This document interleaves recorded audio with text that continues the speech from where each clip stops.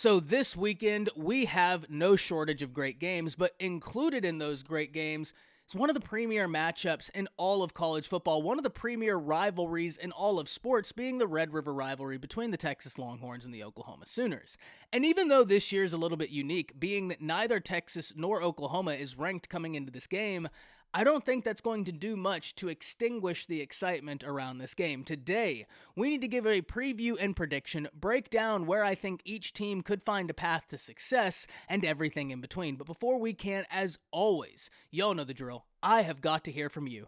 Hop down to the comments, give me a T for Texas or an O for Oklahoma, letting me know who you think comes out of this game victorious, and then drop me your score prediction. I can't wait to hear from you. If you are new to the channel, be sure to subscribe, hit that bell notification as I do constant college football content. You don't want to miss any of it, and if you enjoyed the content, be sure to like and comment down below. Those interactions are massive, but having said all that, let's jump right into this. And first and foremost, we need to quickly talk about why this game is so big overall and why this game is so big for each respective institution this year in particular.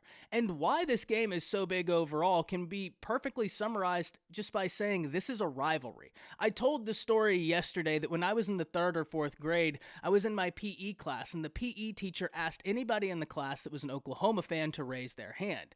At the point where 7 or 8 of my classmates raised their hand, she told them to start running laps until PE was done. The rest of us got to play basketball. So this is a rivalry that is deeply ingrained in the populace in Texas and Oklahoma, which makes it so much fun every single year, even if you're not a fan of either program. But why is this game big for each respective institution in 2022? We'll start with the Texas Longhorns, because Steve Sarkisian and company are looking at this as a big opportunity. Oklahoma currently holds a 4-game winning streak, and Sark and company look at this and see this as almost symbolic in nature, that if they get over this hump, they're really starting to trend towards the right direction. And when we look at Texas's institution as a whole, recruiting is trending in a positive direction with the cohesion you can see in the recruiting classes. I think last week Texas had a phenomenal performance against West Virginia, something Texas fans need to be excited about.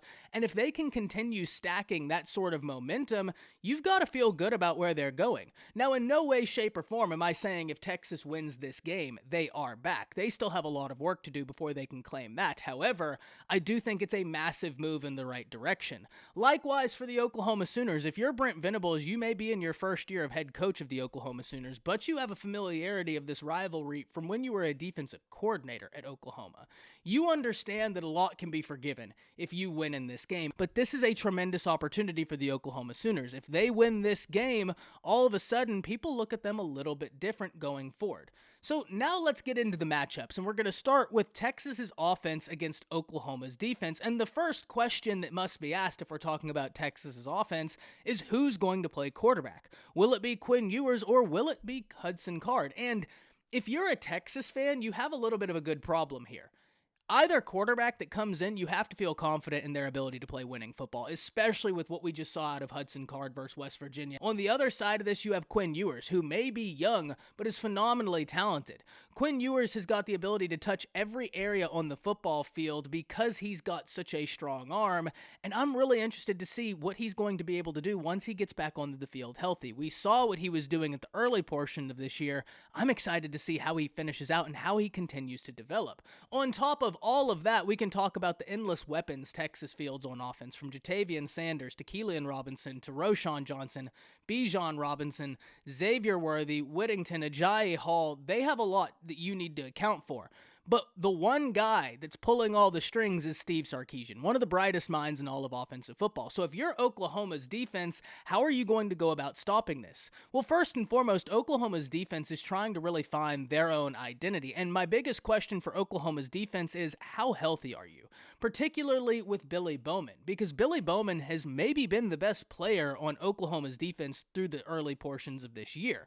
And if he's not there, Texas is going to look to try and exploit that matchup. They're going to try and get their guys matched up on whoever is in for Billy Bowman, because that guy inevitably has less experience this year than does Billy Bowman, and we know what Steve Sarkisian does. And right now, as we sit here, Oklahoma is 119th in rush defense in the nation. That's going to be problematic when you look across the field and you see some of the most talented running backs in all of college football being Bijan, Roschon, Keelan Robinson. And the one thing Oklahoma needs to cling to right here is that they're top 10 in tackles for loss right now. So if you're Oklahoma, how are you going to take advantage of these matchups? You have got to affect the quarterback. Your defensive front has got to be disruptive. Even if you're not generating sacks, you have got to get in their face, move him off their spot, and make him feel uncomfortable. So if you're Oklahoma's defense, you have got to apply pressure to the quarterback, and you've got to figure out a way to bottle up this rushing attack, because right now that's a way that a lot of teams have hurt you.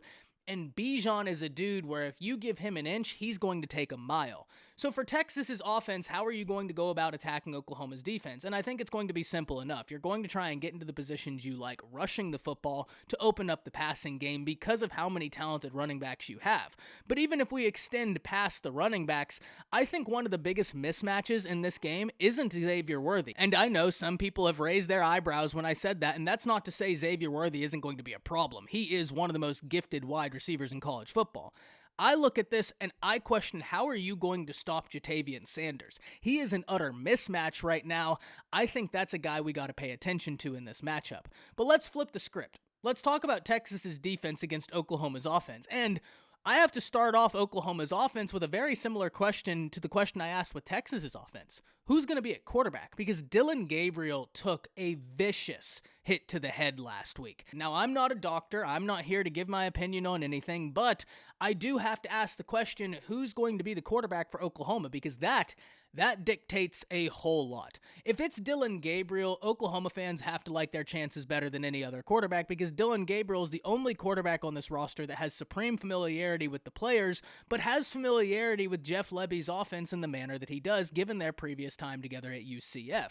On top of that, you haven't gotten a lot of guys reps in Davis Bevel and Evers and in General Booty. So your quarterbacks don't have a lot of experience outside of Dillon Gabriel. And even though Dillon Gabriel has missed on some throws, he's been solid through this year. If you look at his completion percentage, if you look at how many yards he's thrown for, I think he's been a pretty solid force for the Oklahoma Sooners. He hasn't been perfect, but if you're going to win this game, you want Dillon Gabriel to be at the helm of your offense.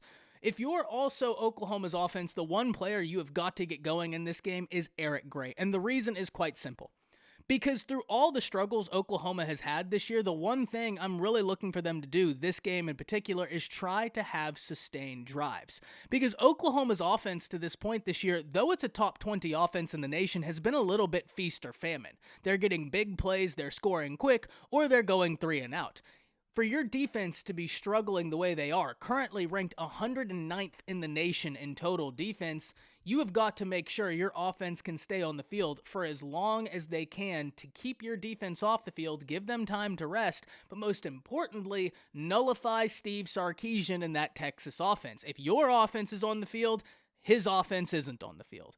And so if you're Oklahoma, the running game is going to be key in that. One thing we need to understand is Texas is 44th against the run, so there are going to be opportunities present themselves that Oklahoma could look to take advantage of. Now, flip side of this, if you're Texas's defense, what are you going to do to disrupt this Oklahoma offense? And first and foremost, I think it all starts on first and second down.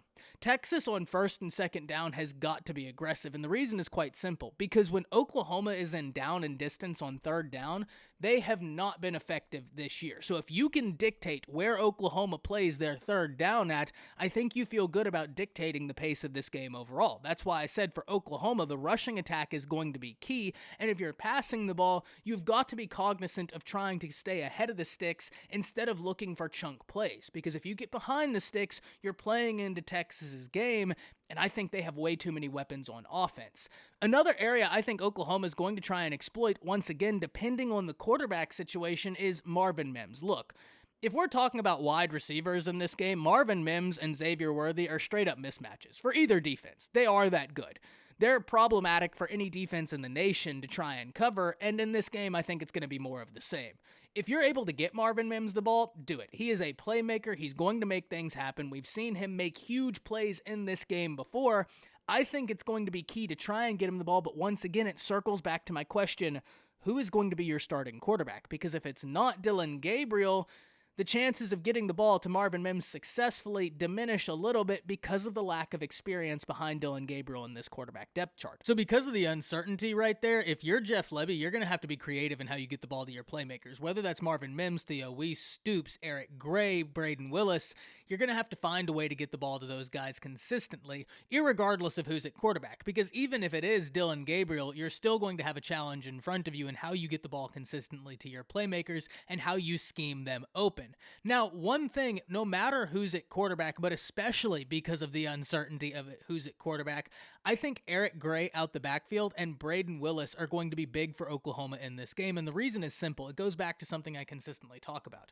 If your offense is struggling, if you need to play ahead of the sticks, or you have a new quarterback trying to get in rhythm, good running back play, good tight end play can be a quarterback's best friend. Luckily for the Oklahoma Sooners, the rushing attack has been very dangerous thus far. Eric Gray's having a great year, and I think he's a problem out the backfield as a receiving threat, and you have a tight end who you have faith in Braden Willis, who you can scheme in some mismatch situations. I think that's going to be big for Oklahoma's offense to try and stay consistent behind this rushing attack, and for whoever the quarterback is to get into some sort of rhythm. Easy throws are going to be your key to success in this game because Oklahoma has got to stack rhythm, stay ahead of the sticks so that they dictate the pace of this game. So for Texas's defense, staying ahead of the sticks, making sure you're putting them in the positions you would like and keeping them in third and distance is going to be paramount. For Oklahoma's offense, sustained drives has got to be the name of the game. You cannot have quick 3 and outs because then you're playing into exactly what Steve Sarkisian and company want you to do. And an offensive mind at this level, someone who's already been in the system for a year, someone who's been around these guys for a year, you want to try and nullify what it is Steve Sarkisian does well, and Brent Venables can do that by keeping his offense on the field as long as possible. When I look at this game in its entirety, I have to be honest. Coming into this year, I probably would have been more inclined to pick Oklahoma in a close game, but given the past few weeks, given the way each team is trending, I think the Texas Longhorns take this game.